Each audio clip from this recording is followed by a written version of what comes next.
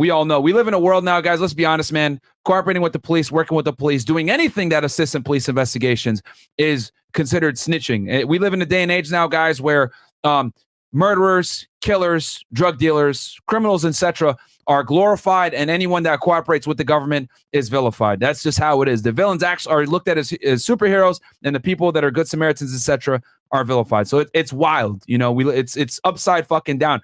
And the thing is too, is that even with this case, you know, people are coming forward and cooperating, but I mean, people would rather post on fucking Twitter, right? You know, corpses and people bleeding out and put it on World Star and give it to TMZ and shit like that, versus going to the police and handing this evidence over directly to them. Like, the police got to go ahead and investigate on fucking TMZ versus witnesses coming forward and giving it to them. And it's wild because what they don't realize, right? And I'm talking from an investigator standpoint here, is that if I see you post something on Twitter, right, and it has evidence of a crime, right, and I go to you and I say, yo, I know that you are at this location because I could see it on your social media. I need the raw form of this video and I want to do an interview with you. And you tell me, oh, no, I don't want to cooperate. You know what I'm going to do? I'm like, oh, really?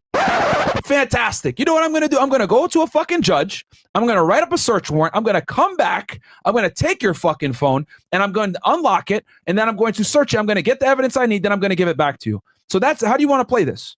You know, because I know for a fact that the evidence is on your device, because I can see, number one, who you are. I can see the social media platform you submitted from. I can look at the device that was used to log into said device, the IMEI number and everything else like that. So thinking from an investigator's perspective, I could come in and literally just seize your shit and write a search warrant for it. Done.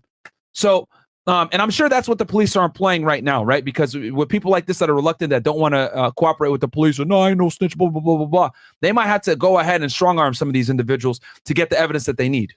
Okay. And let me tell y'all, son, there was a lot of witnesses there. There was 40 plus people there. A lot of them were thotties dressed in their goddamn Halloween costumes, right? Posting on Instagram, oh, look at me, you know, but they don't want to go and posting it on Twitter like, oh my God, look at this. All right, people, blah, blah, blah, blah. But they don't want to go to the police and provide the information, which is wild to me that we live in a world like this where a man can die in front of your own eyes and no one wants to, people want to be scared and not, you know, come to the police and help with investigations. And that a lot of the times, guys, well, homicide investigations, crimes of violence, etc., especially in rougher neighborhoods, it's extremely difficult to develop these cases because people don't want to come forward, which I get it. Sometimes it's because, you know, for fear of violence or whatever it may be. But a situation like this, where there's a lot of affluent people involved, you know, people don't necessarily know each other like that because it was a party, right? Right. It's kind of like a couple degrees of separation. It's not like a close-knit community or a neighborhood. There are a bunch of hoes there that got flued out. You know, shout out to Academics. He exposed a couple of these girls in the airport the next day, post on their stories and shit like that. Oh my God.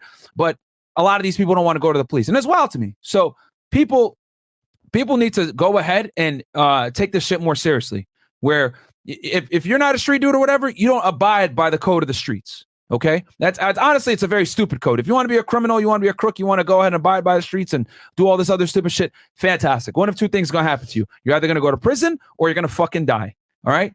Being a gang member, committing crime, doing a bunch of stupid shit is not worth it. You guys want to know how many criminals I've interviewed that will sit there and cry to me in a fucking interview room saying, I wish I could do it over?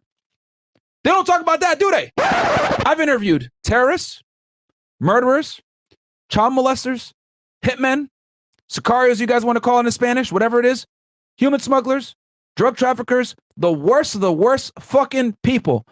Bro, I'm telling y'all, if they could turn the fucking clock back and go back in time and start over again and not be a criminal, they will. That shit is not cool. And speaking with someone and I've actually done the case. I've interviewed the worst people. One of the few people on YouTube that could talk about this shit. All right. There's not many. There's, you know, lawyers on YouTube, whatever. There's not former special agents on fucking YouTube. I'm telling y'all, I've talked to these people. Okay. They break, they fold, they bend, all this. Rah, rah, rah, rah, rah. When you got them there in a fucking cold ass room with your partner and you tell them, listen, man, you're looking at 20 years plus Fed time, not no fucking parole. You're not going to get out on good behavior. None of that shit. No conjugal visits. No Fed time. Doing 80% of your time at least. They fucking break every time. Every time. You know, a little trick I used to do, going back through memory lane.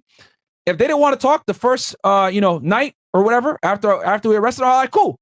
I let them sit in the jail for 2 or 3 days. because I know the county jail sucks. When they get booked in the first time, before the marshals actually pick them up, put them in federal custody, 9 out of 10 times the feds typically have some kind of contract with the local county jail. The county jail sucks. I'll let them sit there for a few days. Then I go back. You want to talk now? Yeah, I want to talk. All right, cool. Read them their rights again. Boom. Get a full confession. I want to cooperate. All right. Let me talk to the prosecutor, see what we could do.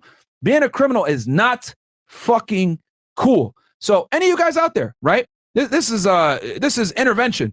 If you're selling drugs, you're doing some dumb shit, you're fucking stealing, you're robbing people, whatever it may be, even if you're doing fraud, scamming, all this other stupid shit that all these things people think is cool nowadays, fucking stop it, man. I'm telling y'all, it's really not worth it. It really isn't. These criminals that, oh, I'm for the streets, blah, blah, blah, all that other stuff, 9 out of 10 times they fucking fold, bro. They fold.